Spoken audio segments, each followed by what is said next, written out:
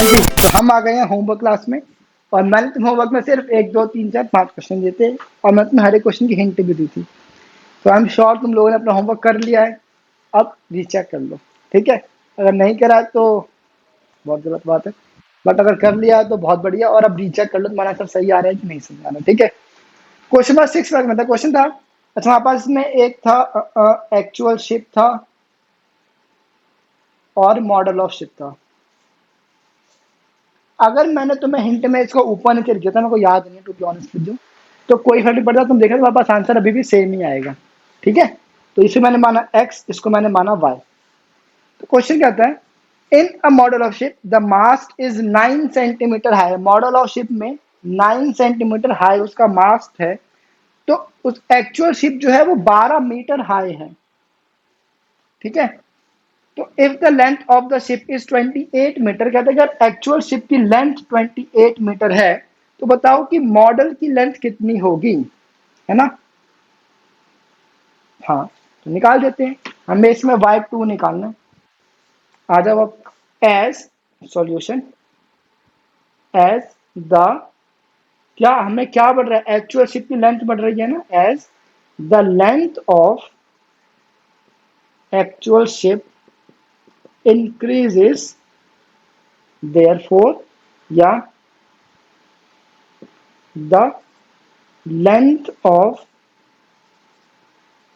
model of the ship will also increase, therefore it is an example of, कौन सा relation, direct proportion या relation एक ही बात है।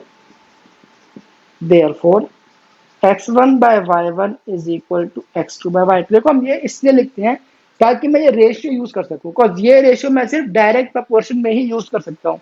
इसीलिए ये रेशियो यूज करने से पहले मेरे को इसका एक प्रॉपर रीजन देना पड़ेगा कि मैं ये रेशियो क्यों यूज कर रहा हूँ, ठीक है। अब कुछ नहीं बचा, 12/9 is equal to 28/y2। Cross multiply कर दो, y2 नीचे तो ऊपर आ जाएगा, y2 ऊपर, 28 यहाँ पे, 12 ऊपर था तो यहाँ पे नीचे, 9 नीचे था तो वहां पे ऊपर। तो 3 3 जा 9, 3 4 जा 12, 4 7 जा 7 से 21, मतलब y2 हो जाएगा 21। अब ये सेंटीमीटर में आंसर आएगा, इसका ध्यान रखना, बस खत्म। अब अगर तुमने ऊपर रखा था ना मॉडल ऑफ शिप को, तो भी तुम्हारा आंसर 21 सेंटीमीटर ही आया होगा, उससे कोई फर्क नहीं पड़ता।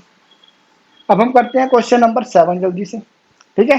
आई होप तुम्हें समझ आ गया, इसको समझाने ज्यादा है नहीं।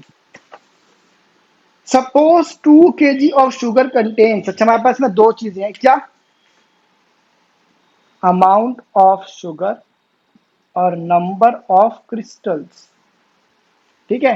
तो 2 kg शुगर में कितने क्रिस्टल्स हैं, 9 रेस इंटू में 10 की पावर 6,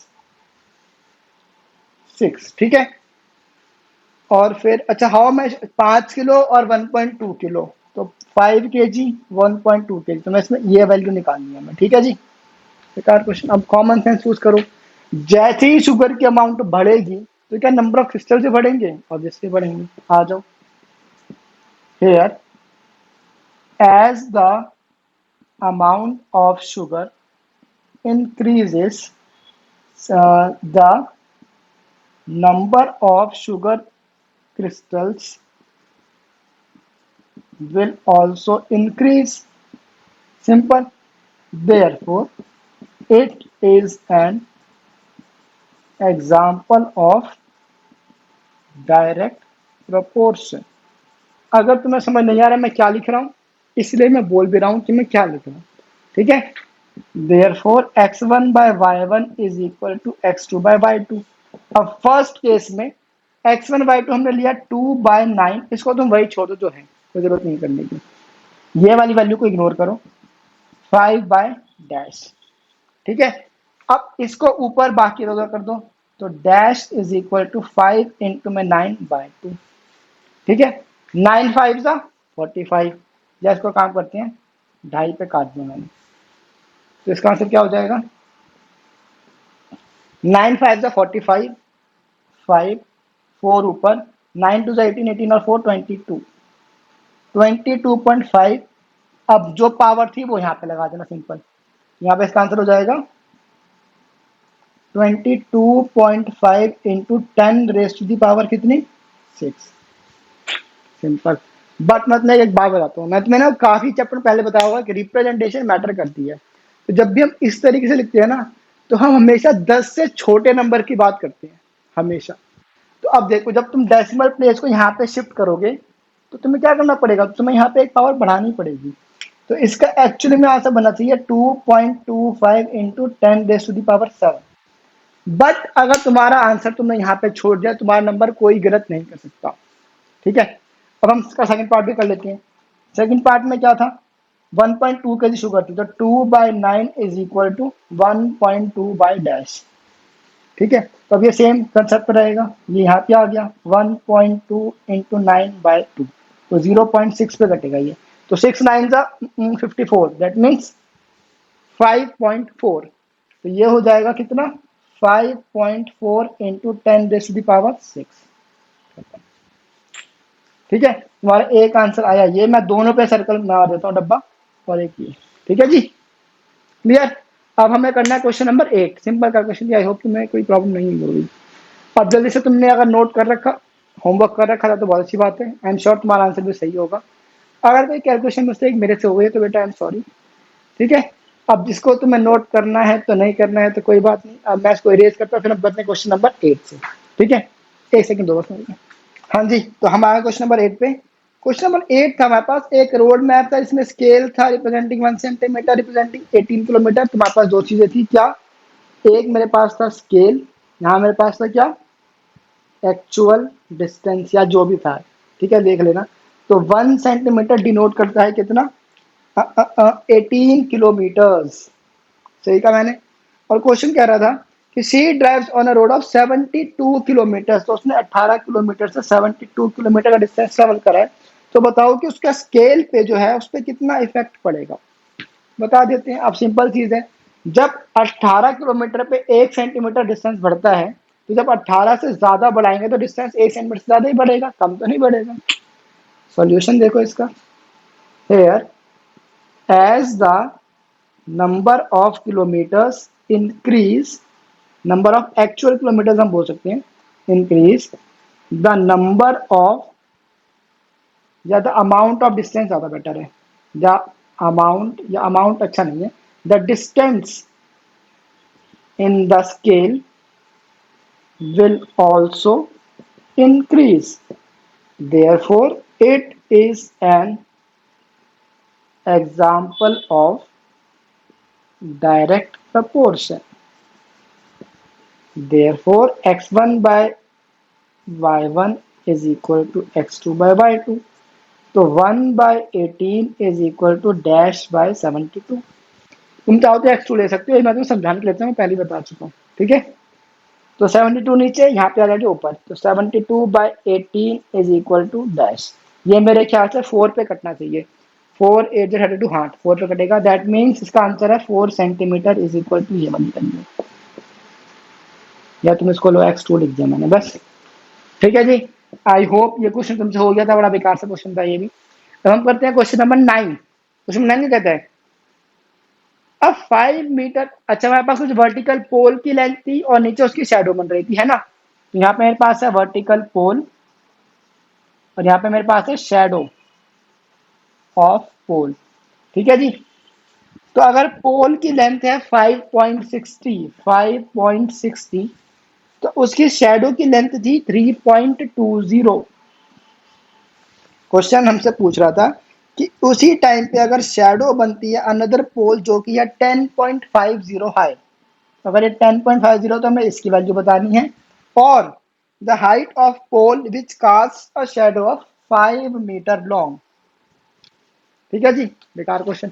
अब कॉमन सेंस यूज करो, अगर 5 मीटर के पोल की शेडो 3 मीटर बनती है, तो 5 से बड़ा पोल जो होगा उसकी शेडो भी तो 3 से बड़ी होगी ना, छोटी छोटी ना हो जाएगी। ऐसी बात करते हैं ये लोग भी। सॉल्यूशन आ जाओ, as the length of pole increases, the length of shadow at the same time will also increase। अच्छा अब एक बात ध्यान रखना, कोई बहुत होशियार बच्चा बोले मेरे से कि सुबह 6 बजे जो शेडो बनती है या 7 बजे जो शेडो बनती है वो लंबी होती है, बट वही शेडो जब दोपहर में 12 या 1 बजे बनती है तब तो वो छोटी हो जाती है, जबकि मैं तो उतना का उतना ही रहता हूँ। तो बेटा तुमने ज्यादा दिमाग लगा लिया, तुमने टाइम चेंज कर दिया, सुबह 7 बजने में और दोपहर के 1 बजे में टाइम चेंज हो गया ना। बट क्वेश्चन देखो क्या कह रहा है, पढ़ो क्वेश्चन। क्वेश्चन कहता है find at the same time, उसी टाइम पे अगर सुबह 7 है तो बाद में भी 7 ही बजने चाहिए, या तुम 1 बजे देख रहे हो तो बाद में 1 बजे ही देखो। ठीक है, तो आई होप क्लियर है। At the same time will also increase, ये मैंने इंक्रीज लिखा है, therefore it is an example of direct proportion. ठीक है जी, therefore x1 by y1 is equal to x2 by y2। अब बस वैल्यू डालनी है तुम्हें। तो फर्स्ट पार्ट है 5.60 अपॉन में 3.20 इज इक्वल टू 10.50 अपॉन में डैश। ठीक है, अब ये वैल्यू नीचे से मैं ऊपर ले जाता हूँ तो क्या हो जाएगा, ये वैल्यू यहाँ पे 10.50 अपॉन में 3.20 इंटू में, आई एम सॉरी गलत हो गया, 3.20 नीचे है तो यहाँ पे जाके ऊपर हो जाएगा, ये तुम्हें शायद दिखेगा नहीं, मैं इसलिए इसको यहाँ पे लिख देता हूँ। देखो ये वैल्यू मैं ऊपर ले गया तो यहाँ पे आ गई, ये एज इट इज 10.50, ये ऊपर था तो नीचे 5.60, ये नीचे था तो ऊपर 3.20। ठीक है, अब देखो हर एक में डेसिमल के बाद दो दो प्लेसेस है, तो तुम चाहो तो इसको ये काट सकते हो। ठीक है, इसे भी काट दो, कोई फर्क नहीं पड़ता वैसे तो। अब देखो, अब इसका आंसर हमेशा देखना कैसे आएगा, या तुम इसको काट नहीं सकते, तुम एक काम करो डेसिमल में सॉल्व करो, कोई फर्क नहीं पड़ता। वैसे मैं 2 डेसिमल हटने चाहिए, 2 नहीं हटेंगे, 1 डेसिमल, तो मैं तुम्हारे अगर 2 डेसिमल ऊपर है, ऊपर नीचे 2 डेसिमल है, तो यहाँ पे 2 डेसिमल ऊपर नीचे तो सब कटेगा, अदरवाइज नहीं कटेगा। ठीक है, तो देखो कैसे आएगा, ये 332 और 56 का रिलेशन है, होना तो चाहिए, कोई बात नहीं देख लेते हैं। ये मेरे ख्याल से किस पे 4 पे जाएगा, तो 4 8 जा, ये तुम्हारा हो जाएगा क्या, 4 1 जा 4, 14 जा, 4 20 जा, 4 3 जा 12, 35 जा। अब 35 105 कट जाएगा, 35 बन जा, और ये कितने में कटना चाहिए, 35 73 पे, तो 30 30। अब ध्यान देना, तुम्हारा 30 बनेगा 0.30 पे। ठीक है, तो 20 इंटू में 30 तो बेसिकली करना है, तो क्या हो जाएगा 20 इंटू 2 3 या 6, तो इसका आंसर आना चाहिए 600, डेसिमल आएगा 2 के बाद, तो 6 आंसर है इसका, 6.00। ठीक है, मतलब अगर वर्टिकल पोल की लेंथ है 10.50 तो उसकी शैडो बनेगी 6.00 मीटर की। ओके, अब क्वेश्चन कहता है कि अगर शैडो बन रही है 5 मीटर की तो कितना हो जाएगा, तो हम यहाँ पे करें कहाँ, लेकिन प्रॉब्लम ये है, तो ये 4 सेंटीमीटर मैं सोच रहा हूँ यहाँ पे लिख दूँ, तो तुमने कर तो लिया ही है ना, यहाँ लिख दिया मैंने 4 centimetre is equal to x2। अब यहाँ पे मैं सेकंड पार्ट कर दूंगा। ठीक है जी, अब आपका क्वेश्चन क्या था, x1 by is equal to y1, sorry x1 by y1 is equal to x2 by y2। Okay, ये लिखा। अब उसमें वैल्यू पुट करनी है, x1 बाय y1 में सेम वैल्यू डाल देता हूँ, 5.60 अपॉन में 3.20। अब x2 में वैल्यू आ जाएगी कुछ नहीं, यहाँ पे आ जाएगा कुछ नहीं, और y2 में वैल्यू आ जाएगी 5 की। ठीक है, अब ये और ये आपस में डिवाइड हो रहा है, तो ये यहाँ पे जाके मल्टीप्लाई, तो 5.60 इंटू में 5 divided by 3.20 is equal to ये वाली। अब ये डेसिमल के बाद दो प्लेसेस, डेसिमल के दो प्लेस, तो ये वाले डेसिमल तुम्हारे हो जाएंगे कैंसिल। अब 5 1 जा 5, और ये कितने बजाएगा, 5 6 जा, रुक जाओ, 5 1 जा 5, 5 6 5 जा 30। यह एक काम करते हैं, मत काटो, वैल्यू बढ़ जाएगी उससे, तो मैं काम करता हूँ इन दोनों को काटता हूँ, ये दोनों 8 से कटेंगे, 8 7 जा 56, 8 4 जा 32, तो आंसर आया 7 इंटू में 5/4। ठीक है, अब इसको सॉल्व कहाँ पे करें, यहाँ पे कर दूं, अब 7 5 जा 35/4 इज इक्वल टू ये वाली वैल्यू। अब इसको तुम्हें काटना है, तो 4 8 जा 32 होता है 8.32, तो 330 7 जा 28 25, ये हो जाएगा x2 की वैल्यू, मतलब 8.75 इसका आंसर आएगा। या दूसरी लैंग्वेज में कहा जाए तो 8 मीटर 75 सेंटीमीटर, ये तुम्हारा आंसर है। ठीक है, 8 मीटर 75 सेंटीमीटर, और इसका आंसर है स्ट्रेट फॉरवर्ड 6 मीटर का। ओके, आई होप तुमने भी ऐसे ही करा है, बस आई एम श्योर तुमने थोड़ा सा साफ सुथरा करा होगा। अब होमवर्क है तो इसलिए मैं ज़्यादा वो नहीं देख रहा हूँ, अदरवाइज मैं पूरी कोशिश करता हूँ साफ साफ करवाऊँ। ठीक है, बट होमवर्क में बताया तुम कर लेते हो, अच्छे बच्चे हो। बस अब अगर तुम्हें कुछ नोट करना है तो कर लो। हम बढ़ते हैं क्वेश्चन नंबर 10 की तरफ। आज की क्लास का लास्ट क्वेश्चन है, फिर हमारे होमवर्क खत्म, क्लास खत्म। ठीक है, कर लो कुछ करना है तो। हाँ जी, तो हम लास्ट क्वेश्चन पे आ गए हैं इस होमवर्क क्लास के। क्वेश्चन था, अ लोडेड ट्रक ट्रेवल्स 14 किलोमीटर्स इन 25 मिनट्स। हमारे पास है डिस्टेंस और मेरे पास है क्या, टाइम। तो 25 मिनट्स में कितना जाता है वो, 14 किलोमीटर। ओके जी, तो क्वेश्चन कहता है if the speed remains the same, speed उसकी कांस्टेंट है, how far can it travel in 5 hours. तो 5 घंटे में, या 6 5 30, 300 मिनट्स में वो कितना डिस्टेंस ट्रेवल कर लेगा। तो देख लेते हैं। अब कॉमन सेंस, अगर टाइम बढ़ेगा तो अगर वो सेम स्पीड में ट्रेवल कर रहा है तो उसका डिस्टेंस भी बढ़ेगा। फिर क्या हो जाएगा, as the time increases there, so the distance driven will also increase if the speed is same, therefore it is an example of direct proportion। ठीक है जी, therefore x1 by y1 is equal to x2 by y2।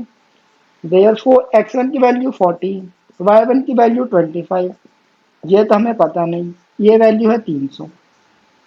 अब 300 और ये divide, तो यहाँ पे जाके multiply, यहाँ पे कर दूं तो 14 इंटू में 300 अपॉन में 25 इज इक्वल टू ये वाली वैल्यू। तो क्या हो जाएगा, 25 वन जा 25, 25 में कितने पे कटेगा, 25 वन जा 5 50 2 जा, तो 14 इंटू 12 इज योर आंसर। तो 12 4 जा 48, 12 वन जा 12 और 4 I think 16 is equal to ये। अब ये हम डिस्टेंस निकालें तो 168 किलोमीटर इज योर आंसर। ठीक है, आई होप तुम्हें डायरेक्ट प्रोपोर्शन बहुत बढ़िया से समझ आ गया है।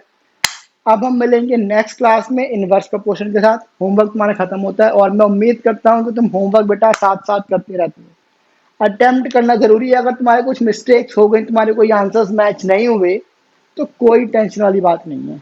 अगर आंसर मैच नहीं हुआ और मेरे से कोई कैलकुलेशन मिस्टेक हुई है तो बेटा आई एम सॉरी। ठीक है, तो पीछे एक बार आंसर चेक कर लिया करो। उसके बाद भी अगर तुम्हारे आंसर मतलब कोई सिली मिस्टेक हुई है, मतलब मेरा आंसर मैच हो गया, तुम्हारा आंसर मैच नहीं हुआ, तो तुम देखो तुम्हारी दिक्कत गलती हुई कहाँ है। अगर एक बेसिक कैलकुलेशन एरर हुई है तो दैट इज ओके, बट एक कंसेप्चुअल एरर है तो बेटा that is not okay. It means कि तुम्हें प्रैक्टिस थोड़ी सी ज्यादा करनी है। ठीक है, बस अगर तुम्हें करना है तो नोट कर लो। मिलेंगे नेक्स्ट क्लास में, आएगा पढ़ेंगे। Till then